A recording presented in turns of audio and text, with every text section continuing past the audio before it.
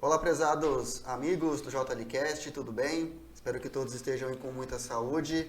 Hoje aqui, dando início a mais um episódio aí dessa temporada, vamos dizer assim, do nosso podcast, do podcast aqui da JL Ramos Contabilidade. Hoje um dia mais do que especial para nós, né? O nosso convidado aqui tem agenda mega corrida. Também compartilha aí dos nossos... do universo da internet, também é youtuber, mas disso aqui eu vou deixar pro Vinícius apresentar para vocês. Vinícius, boas-vindas para você, bora mais um podcast, mais uma conversa que vai ajudar os empresários aí com certeza com dicas valiosas. Legal. Bom, pessoal, legal estar com vocês mais uma vez. Como o Léo já adiantou, hoje a gente tem um convidado muito especial que separou um tempinho para conversar com a gente de um tema muito bacana, né? De um tema que concilia a toda a parte técnica de um profissional, mas também com o coração empreendedor. Então, quero apresentar para vocês o nosso convidado, é o Dr. Bruno Colantoni, que é médico, cardiologista, empreendedor, palestrante, youtuber na área de mudança do estilo de vida, reabilitação de desprescrição, que nada mais é do que a retirada de remédios de uso contínuo, pioneiro na medicina do estilo de vida no Brasil e diretor científico do Colégio Brasileiro de Medicina do Estilo de Vida. O currículo ficou grande, né? Apresentador do canal Meu Coração Saudável e autor do livro Viva a Sua Cura. Dr. Bruno, seja bem-vindo ao podcast da JL Ramos. Boa tarde, muito bom estar com vocês aqui, obrigado. Legal. Vamos bater um papo bacana aí. Com toda certeza. Doutor Bruno, vamos iniciar aqui. Hoje a gente tá chique, tem até um script hoje. Olha só. Mas o pior entre aspas, vamos dizer assim, o melhor. A gente estava conversando aqui tão informalmente antes que vai parecer que o podcast estava rolando. Tava rolando. Então acho que o script aqui vai ser para seguir aí, mas com toda certeza vai desenrolar muito legal. Bom, doutor, conta um pouquinho pra gente aí então como que nasceu o desejo de se tornar médico, como que isso surgiu aí dentro de você, da sua família, e como que foi essa jornada para nós? Interessante, né? Porque assim, inclusive esse final de semana eu me vi refletindo bastante essa questão com a minha esposa. Na minha família não tem muito médico, né? Assim, eu tenho um tio-avô médico, que era meio que referência da família, tinha um primo distante no Paraná médico, e eu lembro que moleque, assim, quero ser astronauta, quero ser bombeiro. E, cara, eu com certeza era uma vontade muito grande da minha mãe que eu fosse médico. E aí eu lembro com 10 anos, eu tava na quarta série do antigo currículo, né? E aí estuda lá os órgãos e tal. E aí eu falei um dia, eu acho que eu vou ser médico, porque eu gosto disso. Minha mãe, vai ser médico. Tudo que ela queria ouvir. E aí eu acho que foi a partir daí construindo essa ideia de ser médico, né? E é interessante que o que eu venho tratando com a minha esposa, que é psicanalista, inclusive, é isso, assim. Cara, será que eu sou médico porque eu fui meio que empurrado pela minha família para ser médico? Que eu sou no sentido de vocação? Porque eu gosto muito de um monte de coisa, né? E aí, assim, independente de como eu vim parar aqui, porque teve, óbvio, um desejo, tem uma característica no sentido de ser um padrão de personalidade que gosta de cuidar de gente. Tem várias questões que vão reforçando essa vocação para você chegar lá com 17 anos e fazer o X na medicina. Mas tinha uma característica que era assim, eu era muito empenhado, eu sempre gostei muito de desafios. Então, falar que eu era aquele cara que sonhava em cuidar das crianças, no posto de saúde, cara, sabe, aquela imagem, não, eu sempre quis ser pediatra, cara, não. Assim, eu tinha essa questão de vocação, comprei a ideia de fazer medicina, e aí chegou na hora da faculdade, aí eu me apaixonei por essa figura da pessoa que cuida de gente. Tem um processo aí de crescimento, porque a faculdade, ela tem um ensino, mas depois você vai para a residência, e ao longo desse processo vai aumentando a sua capacidade de criar vínculo com as pessoas, né? E é muito louco essa criação de vínculo. E esse vínculo é mágico, e esse vínculo faz a gente crescer demais como ser humano, sabe? É um negócio animal.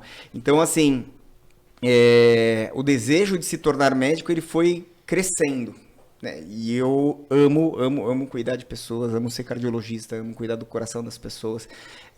Mas não foi uma coisa que surgiu do nada. Que nem falar assim, foi uma paixão e hoje é amor. Assim, não teve esse pico de... Fomos construindo. Mas fomos construindo sempre com muita alegria. Nunca foi um peso, uma pressão, nem nada. Mas foi um crescente. Eu lembro com 10 anos esse episódio aí da quarta série. Show de bola. A gente sempre... eu particularmente observo assim, o médico e tem esse carinho, esse respeito, porque lidar com gente não é fácil. E o médico lida com um problema de gente, vamos dizer assim, a maioria dos casos. Eu sei que tem alguns que são consultas rotineiras e etc. Mas o médico lida com um problema dessas pessoas, né? Eu acho que isso que faz a profissão dos médicos, assim, converso bastante com o Vinícius, ser tão valorizado, né? Porque, fazer um parâmetro aqui, um acidente de carro. Você pode estar ali no chão, sei lá, de moto, aguardando o resgate, aguardando os paramédicos, aquela dor insuportável. Na hora que chega o profissional ali, parece que já tira 50% da dor, né? Eu já passei por isso jogando futebol. Quando você chega ali, parece que nem dói mais, porque o médico está ali. Então, acho que cuidar de pessoas é muito especial e a gente valoriza demais. Eu falo para o Vinícius que a gente é o médico das empresas, né? Sim. Então, a gente também lida com pessoas. O CNPJ é uma vida, né, também ali por trás. Então a gente sabe muito bem o que é ser isso.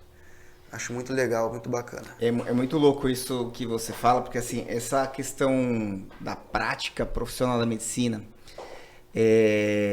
a pessoa, quando ela chega para você, ela chega fragilizada. Mesmo que seja um check-up, aquele check-up tem uma mensagem por trás. Eu sempre falo, por que você está fazendo esse check-up? Porque por algum motivo ele ficou com medo, ou alguma angústia, ou alguma inquietude, que falou, eu vou cancelar o que eu estou fazendo agora e vou lá num médico cardiologista para saber se está tudo bem. E teoricamente ele já vem com o diagnóstico do outro doutor, chamado Google. Pô, às vezes sim, às vezes sim. Né? E aí... Porque culturalmente do brasileiro, a gente não é muito afeiçoado a isso, né? A prevenção. A prevenção, né? Não é. Não, o negócio brasileiro é sair correndo atrás do prejuízo. E a visão que o brasileiro tem de check-up eu quero saber qual é o prejuízo que eu tenho que sair correndo atrás. E não no sentido de quero promover saúde. E tem um equilíbrio entre a medicina pensar assim, infelizmente, e o paciente, a sociedade corresponder, e os dois vão girando em torno dessa correr atrás do prejuízo. E nunca promover saúde, ser mais saudável, ficar mais feliz, viver melhor e estar bem.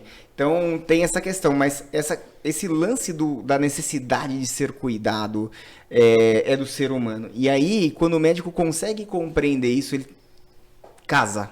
E aí vira uma interação mágica, né? Eu acho que isso me encanta na medicina várias vezes, sabe? Eu atendo muito... Hoje, praticamente, eu não faço mais hospital. O hospital tem muitas histórias em que a gente tem essa mágica, né? Na UTI, no centro cirúrgico, no pronto-socorro. Mas, assim, no consultório, pra mim, essa mágica acontece quando o cara tá desesperado. Quando o cara foi, entre aspas, tá maltratado, no sentido de o médico que atendeu antes deu um diagnóstico, não correspondeu à expectativa, não explicou... E aí você pega na mão dele e fala, cara, vai ficar tudo bem. Eu tive uma suspeita de um problema que eu passei por 2 profissionais, né? E ambos deram o mesmo diagnóstico. E era um problema muito grave. E eu fiquei com aquilo na cabeça, falei, caramba, como que isso foi acontecer? Onde aconteceu? Por que pegou? Sabe, por que foi comigo? Quando eu passei num terceiro, o diagnóstico era totalmente diferente. Surreal. Não, eu atendi hoje um paciente, agora de manhã, cara maratonista, tem uma história de dependência química, então a corrida tem um papel importante, porque ele venceu a dependência química, ele precisa da corrida para pôr para fora uma energia, e aí um problema que não contraindica a maratona, o cardiologista virou para ele e falou, não pode mais correr. Caramba. Putz, esse cara desesperou e ele chegou a mim, a primeira coisa que eu falei hoje é, não só vamos correr, e ele é de Jundiaí. E amanhã eu tenho treino, amanhã é feriado, então amanhã eu tenho treino em Jundiaí, vou treinar lá no Bolão, é uma pista de atletismo super top que tem lá. Eu falei, eu vou estar lá às 6h30 da manhã em Jundiaí, você vai correr comigo. Cara, isso cria um vínculo. Sim. É um cara falando, eu vou, lógico que vou. Então, assim, essa questão de você acolher uma outra paciente também, recente, que veio via YouTube, nesse contexto de uma aorta muito grande que precisa ser operada e que se ela não for operada ela vai morrer. E ela estava desesperada, e aí a pessoa que indicou falou assim, não, vai lá que você vai tranquilizar. E quando ele me falou isso, ele falou assim, ó, fulano que me indicou, e ele falou que a gente ia sair daqui em paz. Cara, Caramba. pesou muito o meu ombro, porque assim, a aorta tá muito grande. E eu falei pra ela que a aorta tava grande, e que podia romper a qualquer momento, e que se rompesse ia morrer, e que precisava sim operar, e que ela precisava sair correndo. Nossa. E aí ela chegou, terminou a consulta, que ela falou pra mim, exatamente o que o Michael falou pra mim. Eu tô aqui mais tranquila. Eu falei, caramba, como que essa mulher tá mais tranquila? Só de dizer que tem que operar, que tem um risco. Mas de pegar na mão, conexão. Olhar no olho, pegar na mão. E ela fala, não, tem alguém cuidando de mim, que entendeu o tamanho do meu problema, que tá me ajudando. E sim, eu tô correndo risco, mas eu tô amparada. Então, assim, dentro das possibilidades, eu já sei que caminho seguir. Entra naquele início que eu trouxe de um acidente, um exemplo, né? Então, só de se sentir amparado Já resolveu a dor. Resolveu O medo de morrer já não é igual. já não é igual.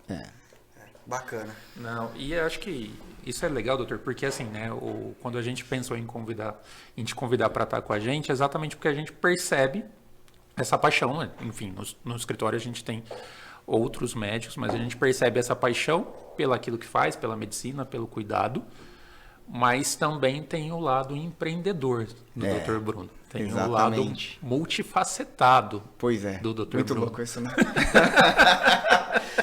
É verdade. Às vezes a pessoa acha que empreender é só ter um negócio. Mas empreender vai muito além disso. Vai. Sim. Para você ser um empreendedor, não Dr. Bruno, vamos lá. Médico, Dr. Bruno youtuber, Dr. Bruno escritor. Então, empreender não é só você cuidar do seu negócio. Às vezes a pessoa empreender é abrir empresa. Não é simplesmente abrir uma empresa. Pelo contrário, talvez abrir o CNPJ é a última coisa do empreendimento. Exatamente. Você sabe que a gente estava conversando também no final de semana. Final de semana muito reflexivo. Percebeu. Exatamente. E pensando, porque eu sabia que a gente ia conversar aqui, onde que eu comecei a empreender na medicina? Cara, eu achei um momento. Na faculdade. Tem as ligas, eu não sei se vocês sabem o que é uma liga na faculdade de medicina. É um agrupamento de estudantes que estudam sobre um determinado tema. Mas essa liga tem uma organização, tem um presidente, tem vice-presidente, promove eventos, né?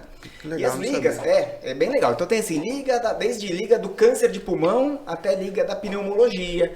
E, enfim, tem todas as ligas de tudo. E eu era da liga de dor da faculdade. Na verdade, eu era para ser anestesista, olha que coisa. Caramba. Isso dá um podcast, explicar como que eu não fui anestesista e virei cardiologista. Mas, eu era da liga de dor, e aí eu via... Eu sou filho de empresários, né? Então, assim, eu cresci, meu pai e minha mãe, cara, empresário daquela realidade brasileira, lutando com o dia a dia, e puxa daqui, criatividade, e sou neto de empresário. E, assim, meu avô é aquele cara que comprava fruta no Ceasa e vendia de carroça por São Paulo, falando década de 60, 70. Então, assim, o meu outro avô era caixeiro viajante pelo interior do Brasil, e depois, quando ele se estabilizou aqui, tinha uma empresa de... Hoje chamaria de comunicação visual, né? Chamava de letreiro, porque meu irmão morreu em 92. Mudou de nome. Fazia as faixas, né? Pintava a placa. Então a medicina não está no sangue, mas o empreendedorismo... Cara, o empreendedorismo tá desde sempre, né? E aí, eu cheguei na faculdade de medicina, e entrei pra Liga de Dor, estudando e tal. E aí as ligas promovem cursos, né? E aí eu percebi que o curso tinha uma mesma mecânica, que era assim, você lançava o curso... e aí tinha uma série de gastos, né, que o curso impõe. Então, assim, se você fizesse num determinado auditório, o gasto era mais caro. Se você mandasse imprimir um papel top, o gasto era mais caro. E que o preço do curso era proporcional ao quão top era o curso. Uhum. Falei, cara, mas tem um jeito de fazer um curso que fica muito barato. Muito barato. Então eu não preciso fazer um monte de curso. Eu posso fazer um curso top lá em setembro, mas posso fazer vários cursos menos top no auditório da faculdade, que não pagava nada. Ao invés de eu usar flyer impresso top, eu faço em Xerox, mas eu cobro muito barato. chama os professores da faculdade que não cobram nada para dar aula, fechou a conta. E aí, cara, eu acertei no tema. Então era a farmacologia da dor. Os remédios que a gente usava, que é super complicado, a farmacologia da dor, todo mundo queria aprender. Aí eu lembro, tô falando então de valores com o salário mínimo de 2002, 2003. Então alguma coisa tipo 200 e poucos reais. E aí eu lancei o curso a R$3. Ué, cara, não tem problema. Um curso topíssimo, dava R$600 de lucro. Enche o auditório com 200 pessoas, a R$3 vai dar o mesmo lucro, com um custo muito menor. E outra, todo mundo ia me compreender, porque a queda da qualidade. Porque assim, era barato, então tudo bem ser flyer de... Eles entendem. Sim. Os cursos custavam 10, 12, 15... Então, não estava trazendo os professores da faculdade, só que com conhecimento organizado. Cara, foi um sucesso o curso. Aí eu consegui bolacha da Marilã de coffee break. A gente pegou, sabe aquele suco de caju que se dilui para 1 para 5 litros? Aí eu virei um galão, aqueles de 20 por 4, chacoalhei. Eu acho que a única coisa mais cara que a gente gastou foi o café. Que aí fez café de garrafa. E todo mundo perdoava um coffee break mais simples, porque era R$3 o curso. Sim. Eu não gastei nada. Botei lá 500, 600 conto no caixa da liga, assim, ó. E aí, eu falei, nossa, dá pra fazer dinheiro, agregando e costurando coisas, sem aumentar o gasto. E aí, aos poucos, eu acho que fui aprimorando esse jeito, sabe? O último empreendimento maior, que foi a Rio Pro, quando a gente começou, que era a nossa última empresa...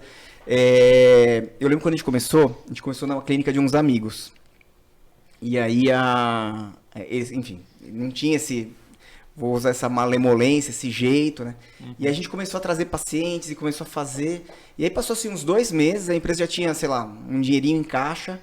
Aí uma das sócias virou e falou assim, nossa, mas a gente não pôs nada ainda. Eu falei, é assim que faz empresa. A gente não pôs nada ainda. Não, mas a gente agregou valor, a gente juntou pessoas, a gente tá fazendo. É assim que começa. Mas a gente não abriu. Calma, agora a gente vai abrir.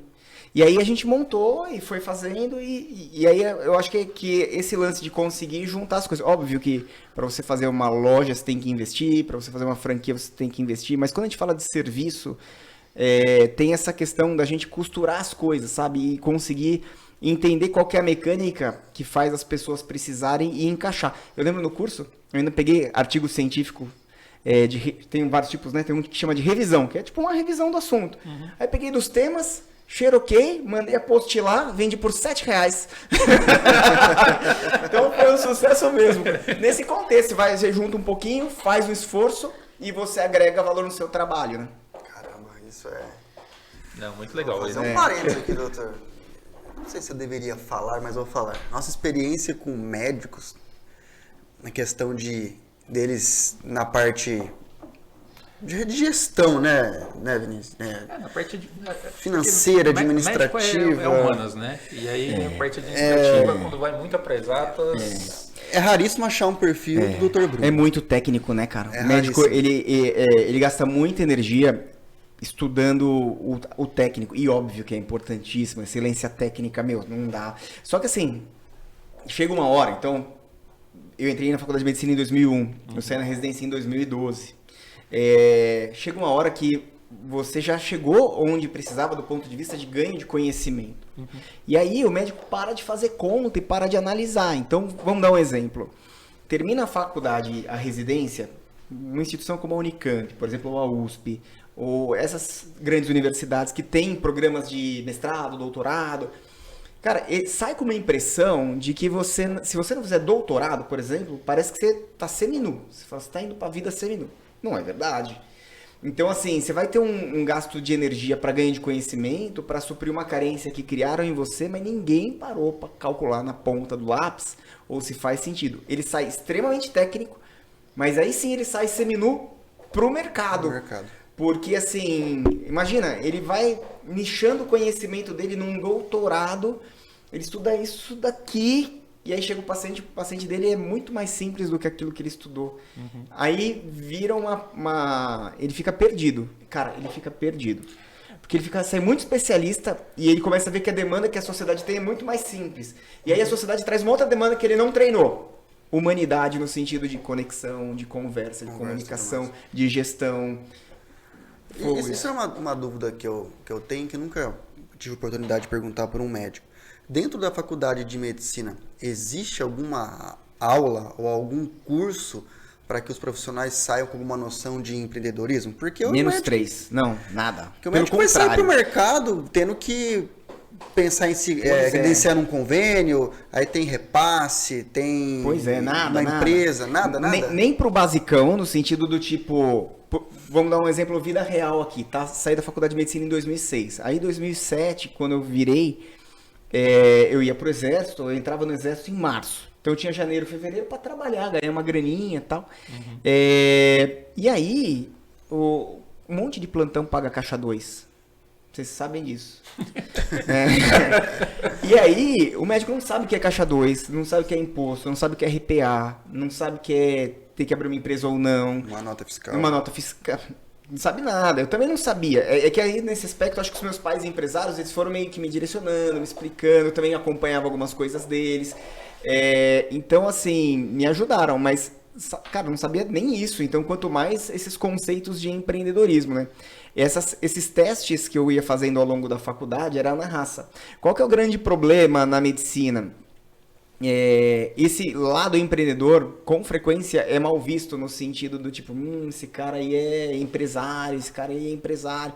Cara, e na verdade, eu fui perder a vergonha de me dar as caras e falar, isso é empresário, eu sou gestor e consigo ensinar isso pra você faz 2 anos, sei lá. Tá. Porque antes disso eu era empresário, eu era gestor, eu cuidava dos meus negócios, das minhas empresas, mas eu não era o cara que dava cara. Esse ano, minha psicóloga, cara, falou isso. Falou, Bruno, você precisa ajudar profissionais de saúde. Porque eles não sabem. Aí eu montei a mentoria, não. Aí, e profissionais de saúde da pós-graduação que eu dou aula, vinham pedir, quero visitar a tua clínica, Aí eu falei, vou criar um produto para as pessoas virem na minha clínica e conhecerem tudo e passarem um final de semana comigo. Aí eu criei uma imersão de negócios, chamei de Negócios em Saúde, e aí juntei 5 alunos e dei a imersão. Então hoje quando alguém vem falar assim para mim, eu queria uma ajuda, queria umas dicas, queria um café, eu falo, tenho esse produto para você. Exatamente, certíssimo. Mas porque o cara não sabe. Aí qual que é o grande desafio? É a execução, né? Porque um cara veio fazer a mentoria comigo, sentou comigo, passou um dia inteiro, ficou comigo das 9 da manhã, 10 da manhã até 9 da noite. Literalmente. Almoçamos juntos, tomamos café juntos. Sentei com ele, cara, fiz um plano para a clínica dele. Eu juro para você, no meu plano, numa estimativa que era conservadora, porque eu não fiz para forçar a barra, ele conseguiria aumentar a faturamento da clínica dele em R$40 mil. Isso foi em março de 2023. Nós estamos gravando em setembro. Pergunta se ele fez alguma coisa. Não fez nada. Aí a mentoria jogou no lixo, né? Por trás de uma ideia tem que ter ação. Tem um livro do Paulo Vieira, né, do coaching aí, o maior coach se não me engano, América Latina, etc. Que chama O Poder da Ação. Que no livro ele fala realmente, não adianta você ter uma ideia e você não executá-la. Ter uma mentoria e você não executá-la. Pois é, antes da Rio Pro, eu sentei com 2 pessoas para tentar montar uma coisa que eventualmente poderia ser parecido com a Rio Pro, que não eram as sócias que montaram a Rio Pro comigo. E aí, assim, o cara, não, porque... E eu falando as minhas ideias, e aí era um casal, né? Era um casal. E aí o cara falou assim pra mim, não, mas tudo isso que você tá falando, eu já pensei ano passado. Eu falei assim, cara, mas a sua ideia não executada tem valor 0. Talvez até pior, porque se você pensou e não fez... Não vai. Te deprecia, né, na conversa. Então, a execução é tudo, né? Com toda certeza. E aí, como é que você vê, então, assim, né? Nessa jornada de empreender, nessa percepção de que os médicos de verdade têm dificuldade com isso, mas aí talvez não seja só médicos, talvez as pessoas em geral tenham dificuldade com isso. Mas como é que você vê no seu dia a dia, enfim, tocando os seus negócios, quais são os desafios de empreender? Quais são os maiores desafios? Para empreender, eu acho que hoje o meu maior desafio para empreender é tempo, né? Assim, porque eu faço muitas coisas ao mesmo tempo. Então, assim, chega uma hora que falta tempo. Em paralelo a isso, tem uma coisa na minha vida que faz muito sentido, que é correr maratona. E tem uma outra coisa que é o que faz mais sentido que tudo, que é a minha família. Então eu tenho que juntar tempo para eu descansar, cuidar da minha família, treinar para uma maratona por ano e fazer as minhas coisas. E dentro dessas coisas que aí no empreendimento cai, que assim, tem coisas que eu preciso fazer para pagar minhas contas. E outras para poder gerar possibilidades de negócio no futuro. para eu poder um dia trabalhar menos para pagar minhas contas. Então, essas coisas que são para o futuro não necessariamente dão grana, dão dinheiro imediato.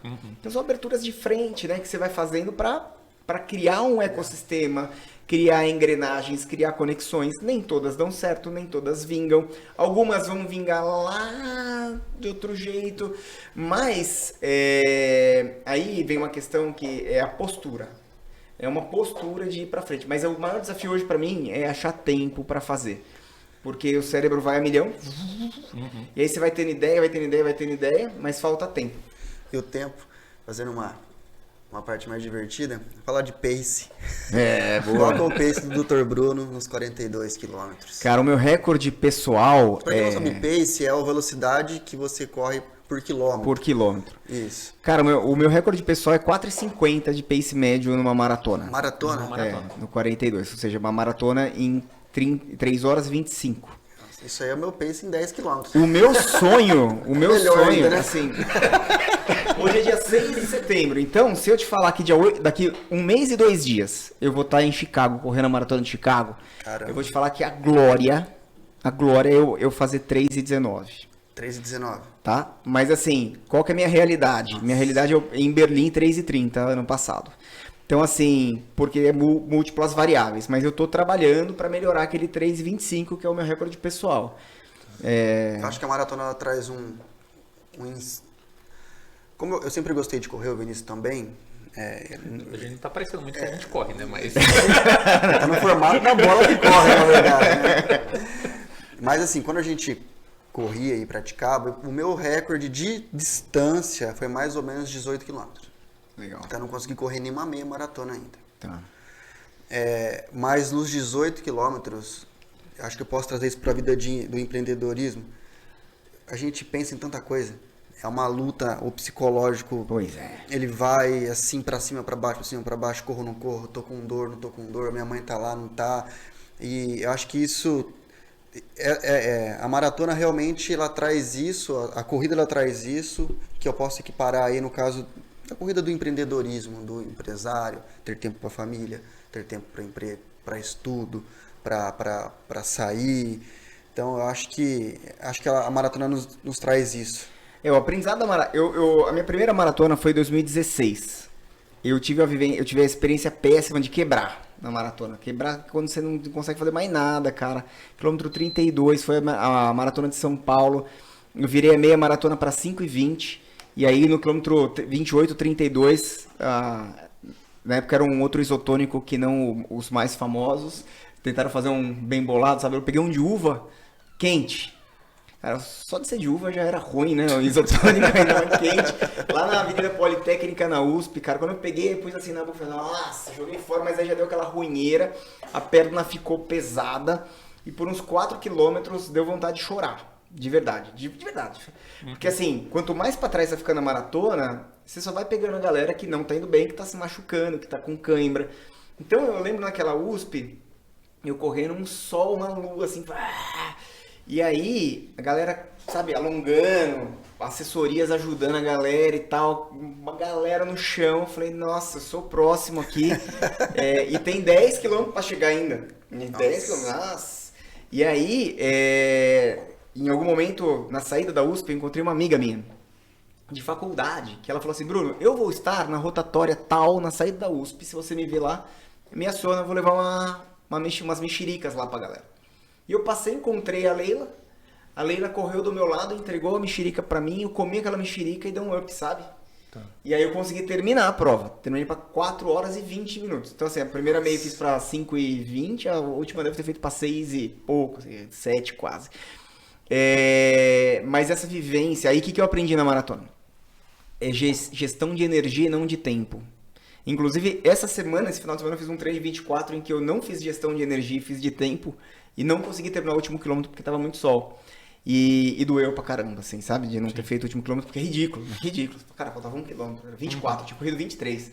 É quase uma palhaçada, eu tô essa semana inteira sofrendo com isso. Nossa. Mas eu acho que foi bom, no sentido de que se tivesse feito ia ter gabaritado, ia ser um treino maravilhoso. Só que é um treino maravilhoso num contexto em que não estava perfeito a minha preparação para aquele treino, né? Então me leva a pensar e me criticar e avaliar. Mas essa questão de gerenciamento, então você tem que sair numa velocidade, num pace que não pode ser muito, muito lento, porque senão você vai atrapalhar o pace médio, mas ao mesmo tempo também não pode ser muito rápido, porque se for muito rápido você cansa e quebra. Então, o treinamento da maratona, ele é importante porque você vai descobrir qual que é a velocidade adequada e onde você pode chegar. Isso daí, com certeza, do ponto de vista da jornada do empreendedor, faz muito sentido, porque assim, não pode ser nem muito devagar, nem muito rápido, e você fatiar os objetivos. E aí o que eu acho que é importante, por exemplo, quando eu fui escrever o meu livro, a gente vai falar dele, mas assim, você não começa o livro pensando como vai ser a capa. E aí, cara, você começa pensando na temática, você tem uma construção. Na empresa você tem uma construção, você identificar a identidade, você Ninguém corre 42 quilômetros na primeira vez. Não, exatamente, você não começa com 42, a primeira prova vai ser de 10, tem que bater cabeça. 5, né? 5, exatamente. Vai ter muito treinão lá, simplão, vai dar errado umas vezes, vai ter preguiça, até você conseguir chegar lá. Então, às vezes a gente vê algumas coisas acontecendo na empresa, e aí você fala, pô, o cara mandou bem. Cara, tudo bem, ele mandou bem, mas ele não mandou bem só uma vez. Ele foi dando várias micro mandadas de bem, ou seja, vários acertos pequenos que vão constituir um acerto grande, né? Então eu acho que a maratona se assemelha porque ela exige um planejamento. Tem um texto de um livro chamado Vidas Corridas. A vida de grandes empresários, a relação deles com a maratona. João Amoedo, Abílio Diniz... e vários outros bem bacanas. Assim. Não, tem tudo a ver, porque vamos fazer um paralelo entre maratona, 42 quilômetros, e o ser empresário, ser empreendedor. Muitas pessoas conseguem correr. Então ela vai correr 5 quilômetros, 10 quilômetros, 15, 2, 3, outros vão caminhar. Só que para chegar na maratona, você tem que estar muito bem preparado para concluir uma maratona. E para você ser um empresário, um empreendedor de sucesso, você vai começar correndo 1 quilômetro, 2 quilômetros, 3 quilômetros, 4 quilômetros. Até você chegar nos 42, tem muito processo para você fazer. E aí que tá um grande pulo do gato que você falou. Vai ter preguiça, vai ter cansaço, você vai desanimar, você vai concluir. Vão te atrapalhar o pensamento. Porque você falou de gestão de tempo, você falou de gestão de energia, mas tem que ter constância, né? Cara, constância é o principal. Constância de vida. A maratona exige uma constância do ano. Eu passo o meu ano em função da... Eu planejo o meu ano em função da maratona, eu juro pra vocês. Uma por ano? Uma por ano. Eu tenho um voucher em casa de uma maratona por ano. Então, se fosse uma por ano eu deixo, mais que uma, a gente vai ter um problema. Então, por exemplo, e é interessante, porque... No meu planejamento de corredor, eu tenho um projeto de vida, que é correr as 6 major, as 6 principais maratonas do mundo. Nova York, Berlim, Chicago, Boston, Londres e Tóquio. Se você completa 6, você ganha uma mandala especial. Tem pouquíssimos brasileiros que tem. A última vez que eu vi há uns anos atrás, só tinham 300 brasileiros que tinham essa mandala, sabe? Já fez Berlim, vai fazer Chicago? Eu já fiz Nova York e Berlim e vou fazer Chicago esse ano. Tá. Só que é um planejamento de vida, né? E não é barato ir para essas maratonas. Então, eu cheguei para minha esposa e já tenho... E aí, por eu planejar o ano, eu já sei qual maratona eu vou correr em 2024, em 2025, para em 2026 eu correr Londres, que é bem cara, porque é em pounds e é super concorrida. Então, para 2026 correr Londres, eu vou fazer 2 mais ok agora nos próximos 2 anos. Então, eu já sei como que eu posso organizar o meu calendário do ano. Então, por exemplo, esse ano eu não corri nenhuma maratona no primeiro semestre, porque eu tinha uma lua de mel em abril de 15 anos com a minha esposa, que eu fazia 15 anos de casado. Então, esse planejamento meu do ano é muito sério. Constância, consistência de você saber... Não é assim, minha vontade... Cara... Eu saio daqui de Campinas e ir pra Nova York, chegar lá no completo a maratona. Essa é a pior vergonha do mundo. Né? Essa daí... Nem que for andando. Não, nem que for arrastado, né? Mas você vai, assim... É a pior vergonha Olha do o planejamento para correr maratona. Não é só ter o fôlego. Então, tem o treinamento de musculação para fortalecimento, treinamento, passar por um profissional da saúde para ver sua condição de saúde. Sim, precisa de check-up, alimentação. Porque vai lá... Prevenção de lesões. Gerenciamento de tempo. Tem um artigo na Folha de 2018 do Nizam Anais chamado Correr ao Novo MBA.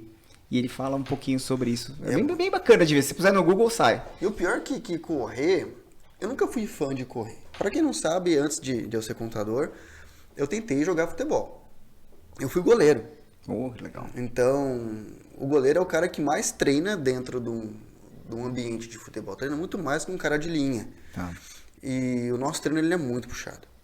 Ele é passa por baixo de corda, pula a corda da cambalhota, vira, cai, levanta. Sim, tem várias habilidades, Tem fundamentos, muita, movimentos. muita. E hoje em dia o goleiro moderno, na minha época não tinha tanto, assim, quando eu comecei, usava os Você pés, joga né? com o pé, Então, antigamente o Dida, por exemplo, elas Não jogava com o pé. É. Mas hoje a demanda exige que você jogue com o pé. Então eu nunca fui um cara adepto a correr. Sim. Mas quando eu parei de jogar, não fui profissional, fiquei na base de clubes. Quando eu parei de tentar ser profissional, eu falei, bom, preciso fazer algum esporte. Aí, um belo dia, meu irmão, Juliano, vamos lá correr? Vamos. Aí corri tá. Fui de novo, vamos correr. 10. Falei, 10? Cara, o máximo que eu consigo é uma volta por dentro da lagoa. Sim. Pra quem não sabe, o Taquaral, que é a lagoa que a gente chama de Taquaral aqui, que é o Taquaral, a gente tem 3 km por dentro. 2,7. 2,7. Aí falei, correr 10? Cara, uma volta por fora, uma por dentro, é muita coisa. Eu fui. Então, e a corrida ela vai te cativando assim, né? Então, até hoje eu gosto realmente de correr. E tô voltando aí, se Deus quiser. Ah, que legal, vamos correr, vamos marcar uma corrida aí. 42 sabe que a gente faz o treinão, a gente faz o treinão do canal do YouTube de vez em quando, junto uma galera. Aliás, a clínica vai fazer, a gente faz uma ação na volta da Unicamp que é daqui 2 meses. Tem 5 e 10, dia 22 de outubro. Bora lá. 5 da Não, tem que ir um pedacinho. Pace de 7, assim eu consigo. 6, 7. Brincando, tá valendo. Bacana. Bacana. Vou mandar pra vocês depois o Legal. convite. Será aceito, com toda certeza. Não, muito legal, doutor. E conta pra gente um pouquinho do seu livro. Você acabou comentando livro. um pouquinho, conta pra gente um exemplar aonde, meio em todas essas coisas, surge o seu livro. Bom, na realidade, o que acontece? Do ponto de vista da minha evolução de carreira, né? Eu, num primeiro momento, eu tinha um quadro de obesidade. Isso é um assunto em paralelo. Esse é o livro aí, Viva a Sua Cura. Como derrotar as principais doenças da nossa era antes mesmo delas acontecerem. Eu falo de medicina do estilo de vida. E aí, para contextualizar, né? Como que eu cheguei na medicina do estilo de vida? É muito louco. Eu passei por uma mudança de estilo de vida pessoal. Eu era um cardiologista obeso, saí da faculdade. Isso foi uma sequela de um mau comportamento e más escolhas ao longo da faculdade e da residência, trabalhando muito. Veio o sedentarismo, compensava muito as coisas na questão alimentar, o estresse, trabalho, plantões. E aí eu terminei obeso, com algumas alterações dos exames de sangue, e encontrei um pouco na corrida um escape, um prazer, um sentido. E aí ao longo do ano de 2014, terminei a residência em 2012, 2013 trabalhei um monte. Ao longo do ano de 2014 eu mudei de estilo de vida e emagreci 33 quilos. E trouxe, e foi aí que a corrida entrou, porque o meu objetivo era a correção silvestre de 2014. E aí desde então eu falei, não posso mais parar, então desde então não parei. E aí é muito louco, porque quando eu mudei o meu próprio estilo de vida, eu falei, eu descobri o que os meus pacientes precisam fazer, cara. Eu vivi o que eles precisam viver. E aí eu comecei a me empenhar em estudar e me capacitar para ajudá-los a viver o que eu vivi. Literalmente. Então, eu tô falando já 2015, 2016. Em 2016, eu vivia um dilema profissional. Estava vinculado a um grupo de médicos, cardiologistas, que não tinha muito espaço para onde eu crescer. É bem comum isso às vezes para o médico jovem, sabe? Tá aqueles médicos velhão, eles empregam os mais novos, não dá espaço. E aí, é muito louco isso, porque assim, espaço ou você ocupa o seu e vai, ou você fica esperando 20 anos para te darem um espacinho pequeno. E eu falei, cara, o que eu vou fazer da minha vida? Porque eu também não sou adepto de soluções de continuidade, ou seja, eu não sou adepto a rupturas, a brigas, a chegar, tô saindo agora. Então, assim, como que eu posso traçar uma estratégia para a máquina ir girando e mudando o cenário? E aí minha esposa virou para mim e falou, olha, a Fono do Arthur, do meu filho, lançou uns vídeos no Facebook. Eu acho que são sua cara, dá uma olhada. Aí eu vi lá a página de Facebook da moça, achei super legal. E aí eu tentei montar uma coisa parecida, entendeu? Parecida. E aí eu fiz isso. Aí eu falei, vou fazer então. Fiz um canal, uma página na web, fiz um canal no YouTube, fiz uma página no Facebook e comecei a testar o trabalho em 2016. Foi aí que eu fui pro YouTube, fui para as mídias sociais. E eu no começo falava de doença cardiológica, que é sopro, parará. Só que o meu testemunho, que é o que ressoava nas pessoas, no meu Facebook pessoal, era o Bruno, mudança de estilo de vida, correndo a maratona. E aí, uma outra história, eu descobri em 2011 que eu escrevia bem. Eu era muito ruim de português na escola, sabe? Muito louco isso pra mim, porque como que o aluno ruim de português vira escritor? Mas era. E aí, em 2011, eu pus o meu coração pra fora num projeto que a gente fez voluntário pro Piauí e eu queria convencer as pessoas a contribuírem com o projeto e a gente conseguiu levantar na época R$40 mil. Por e-mail, foi bem legal, isso é outro empreendimento. Eu escrevi por e-mail um pouco o meu testemunho, o que eu pensava, qual era a minha vocação e que eu tava indo lá pro Piauí para ajudar aquelas pessoas. E aí levantamos 40 pau ao longo de um ano, fizemos um projeto, era uma construção de uma igreja na época, a igreja ela era de pau a pique, vivia caindo, e foi lá, num fim de mundo muito louco assim. E aí eu fui, lancei a pedra fundamental, voltei um ano e meio depois para inaugurar. E depois sobrou uma grana de construir um poço para a comunidade. Então a gente construiu a igreja de alvenaria ao redor, porque tipo, sertãozão fim de mundo não tem nem terreno delimitado, não tem nem rua, é um negócio, o carro entra assim no meio do mato, meio umas picadas. Então ao redor ali de onde aquela comunidade se organizava, a gente pôs um poço, tinha um fio de energia elétrica que chegava até lá, então o poço tinha uma bomba irrigou lá uma lavoura para aquela galera. Então foi um empreendimento. E ali eu vi que eu escrevia bem. E aí em 2016 eu fazia uns testes no Facebook, mais para pôr desabafo para fora, escrevia. Então a minha abordagem no Facebook, no meu Face pessoal, com os meus amigos, era uma vibração no sentido do Bruno esportista. E eu tinha o canal no YouTube. Em 2017 eu vou num evento chamado Médicos S.A., um congresso de empreendedorismo médico. Tô lá, eu e minha sócia. E essas coisas que acontecem que mudam a nossa vida, né? Que você fala, cara, alguns sócios nossos da nossa clínica Benavita criticaram, falaram, você vai lá fazer tal, dar uma torcida de nariz. Fui lá, assisti tal. No network encontrei uma médica que fez residência comigo na Unicamp, falou, Bruno, eu tô indo fazer, eu fui fazer, vou de novo ano que vem, fazer um curso de Lifestyle Medicine, lá em Harvard. E é muito legal, tal, mandou o link. Num coffee break. E ela ficou muito impressionada porque ela tinha me visto obeso. Foi isso também, ela era endocrinologista, tem essa. Aí nós fomos almoçar junto, eu queria saber o que eu comia. E aconteceu um negócio engraçado, que o evento era sexta e sábado. E aí a gente fez bate e volta, eu e a Ana Raquel, minha sócia. Então fui sexta de manhã, voltei sexta à noite. Sábado eu tinha 32 km. Como que tá o tempo aí? Tá tudo certo? Tranquilo. É o ar, tá bom. Beleza. Mais esquentado. Não, e aí corri 32 km. Eu acordei então 4 da manhã, corri 32 km até as 7.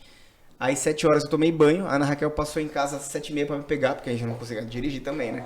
Fui de carona, e aí a Kelly, minha esposa, foi pra São Paulo, a gente ficou pra casa dos meus pais naquele final de semana. E aí eu cheguei, aí a endócrina tava mais impressionante, correu 32, tá aqui, e tá magro. E aí ela falou do curso de Lifestyle Medicine e eu fui pro curso. E aí quando eu cheguei lá, tinha um grupo de brasileiros que estava organizando o Colégio Brasileiro de Medicina do Estilo de Vida. E esse grupo de brasileiros se encantou mais pela minha história do que eu mesmo. O meu testemunho e tal. E são amigos até hoje e tal. E aí eles estavam fundando o Colégio Brasileiro de Medicina do Estilo de Vida. E aí eu virei um braço da cardiologia aí dentro do colégio. E aí, quando eu lancei o canal do YouTube, eu falei, cara, eu quero escrever um livro. Mas eu não sabia sobre o que escrever, sabe? Aí em 2017, eu achei um agente literário, fiquei amigo de um agente literário. Aí em 2007, quando o Davi ficou doente e sarou e tal, ele queria que eu escrevesse sobre aquilo, sobre a minha experiência de paternidade nesse contexto. Aquilo não fazia sentido pra mim, eu não sentia o que pôr pra fora. Mas quando eu voltei de Harvard, eu amadureci a ideia. Falei, eu achei o tema do livro. Vou escrever esse livro. E aí, nas idas e vindas, eu cheguei nesse tema, Viva a Sua Cura. E aí, o que eu coloquei aqui? A minha história e a história de como eu enxergo a medicina. Como eu enxergo cura nas doenças do século XXI, que são doenças crônico-degenerativas. Ou seja, se até a Segunda Guerra Mundial, começo do século XX, as pessoas morriam por problema de falta de saneamento básico, basicamente. Aí a gente resolve alguns problemas das doenças infecciosas com saneamento básico, vacina, antibiótico. Então já muda a história da evolução, as pessoas param de morrer com 35, 40, de pneumonia, de diarreia aos 5, e você começa a ter um outro problema, que é morrer de doenças crônico-degenerativas, câncer, reumatismo, enfim, doenças de infarto cerebrovasculares. E aí muda um pouco o conceito, porque se eu discuto cura no contexto de eu tenho uma pneumonia, tomo antibiótico e agora eu tô curado, no contexto das doenças crônico-degenerativas é diferente. Como que eu vou curar uma pessoa se o nome da doença é o jeito que eu vivo a vida? Eu tenho que mudar o jeito que ele vive a vida. Porque é isso, né? Então, aí você tem que abordar. Hoje que você vai colher lá na frente. Né? Exatamente. Aquele ditado realmente tem a ver? A gente é o que a gente come? Não só o que a gente come. Eu acho que é o que a gente consome. Do que a gente consome em todos os aspectos, né? Não só pela boca, mas do ponto de vista de emoções, do ponto de vista de conteúdo, do ponto de vista de afeto, do ponto de vista de interações humanas. Então é muito louco. Por exemplo, quando você consome ódio, ou seja, ou quando você consome abuso, ou quando você consome problemas, estresse, você vai refletir isso. Então não é só o que a gente come pela boca, mas é o que entra, né? A forma como entra. Caramba, isso é profundo demais e o empresário vive isso. Porque empreender no Brasil não é fácil. A gente falou no nosso primeiro episódio com convidado, né, Vinícius? Isso. E uma questão muito interessante, né, que o doutor colocou, que durante toda a fase de faculdade de medicina, depois a parte, sempre me foge a residência, sempre me foge essa palavra, a demanda, né, de tarefas, ela acaba sendo muito grande e aí, consequentemente, a preocupação com a saúde, ela é completamente deixada de lado. E o empreendedor, muitas vezes, ele está nessa vida. Ele está tentando lidar em aprender administração, em aprender como vender, em aprender marketing, em aprender aquilo, lidar com as demandas pessoais da família. E executar as tarefas. Porque ou ele pensa ou ele executa. Aí quando está pensando, não está executando. E aí, saúde... É a última coisa, às ele vezes. Nem se preocupa com isso, bem né? comum, tá? E aí ele não percebe que, de verdade, ele precisa da saúde para manter. Exato. Ele precisa da saúde para manter a máquina funcionando, a máquina corpo, né? O corpo. E para que ele tenha tranquilidade de mente, de disposição, para que ele possa dar conta de fazer tudo isso. Né? É fundamental, não. Tem vários aspectos. Então, assim, entender que você está gerindo o seu tempo, você está gerindo o processo, que sua vida é isso, né? É uma gestão de tudo. E aí, nessa gestão de tudo, cara, não adianta você rodar o carro e não fazer revisão no motor. Não adianta você rodar o carro e não trocar o óleo. Fala, não, vou rodar aqui 20 mil quilômetros e vou trocar o motor. Cara, você vai ter um problema. Entendeu? Só que às vezes, como isso tem a ver com o autocuidado médico, e aí tem um olhar para dentro de si profundo que às vezes é dolorido. Porque, cá entre nós, né? A gente que gosta de trabalhar é bom demais. Liga o motor e vai trabalha. Então, o trabalho dá um retorno, dá uma satisfação. Fazer o check-up, cara, o médico só vai torcer o nariz pra você, é ruim, às vezes. E às vezes na cabeça do cara o médico vai te falar um monte de coisa que você não dá conta que de fazer. Que você não pode fazer, ou isso, é inexequível, esse cara vai pedir coisa pra mim que não dá, ou que eu tô achando que eu não consigo, né? Exatamente. Só que o grande lance que o empreendedor precisa saber é o quanto que um estilo de vida saudável pode potencializar o negócio dele no futuro. Por quê? Porque, primeiro, ele vai estar melhor, pensando melhor. Mas não só nesse pensamento tão óbvio, mas assim, já foi o tempo de você pensar naquela figura do empreendedor, do empresário, do executivo. Sabe, o cara lá gordão, fumando e comendo besteira. Cara, hoje em dia, os grandes caras, eles são gestores da própria existência, da própria vida. E aí, quando a saúde e o autocuidado entra nisso. Sim. Entra nisso. E aí ele consegue gerenciar tudo. Não é mais bonito o cara falar assim, acordo 5 da manhã, eu vou maluco até 10 da noite, durmo, acordo 5 da manhã, eu vou maluco até... Cara, não. Entendeu? A questão é, acordo 5 horas da manhã, mas eu faço minha academia, eu como bem e vou pra luta. Luto e respeito o meu corpo para descansar para no dia seguinte eu estar bem. E aí entender que é mais do que fazer muito, é fazer bem, né? Para poder render. Porque uma vez eu escutei uma frase que eu guardo ela pro resto da minha vida, acho que foi na faculdade que eu escutei, que tem momentos que ou você para... Ou vão te parar. Ou você vai ser vai parado. te parar. E é muito louco. Quem para é uma doença, né? Exatamente, vai ser parado por uma doença, e numa UTI, numa unidade coronariana, com infarto, com stent, com uma ponte de safena. Cara, isso é a coisa mais comum do mundo. Assim, é mais comum do que pensam. Só que o problema é que a gente tem uma tendência a negligenciar, negar. Finge que não existe, finge que o problema não está lá. E, cara, você pode até fingir que o problema não está lá. Ele está. Né? Ele está lá. E ele vai cobrar a conta, né? E a conta vem. Nossa, E pensando nisso, em toda essa correria, em todo esse... A gente conversou, aonde estará? Quais serão os projetos do Dr. Bruno daqui 5, 10 anos? Se puder dar algum spoiler legal, Spoiler. Então, eu tenho... Tirando a Maratona de Londres. Tirando a Maratona de Londres de 26, que eu já passei. Já passou? Hoje eu sou diretor científico do Colégio Brasileiro de Medicina do Estilo de Vida, tenho mandato até o final do ano que vem. Então, assim, esse é um fazer virar do ponto de vista científico e trazer uma consistência científica para a medicina do estilo de vida no Brasil é um compromisso grande meu. Então, no ponto de vista, digamos, dentro da medicina, de militância dentro da medicina, eu componho um time de diretores, então nós estamos lá todos juntos no mesmo barco lutando por isso. Nós temos a nossa clínica de convênio, que é a Benavita.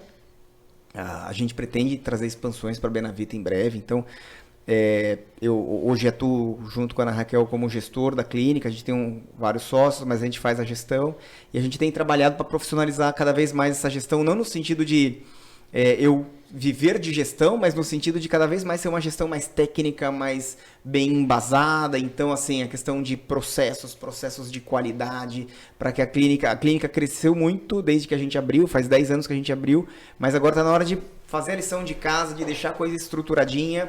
Então, trabalhar para isso e abrir novas frentes para a Benavita, né? A gente quer ampliar nosso portfólio de abordagem, a gente tem um foco muito grande em cardiologia e gastro.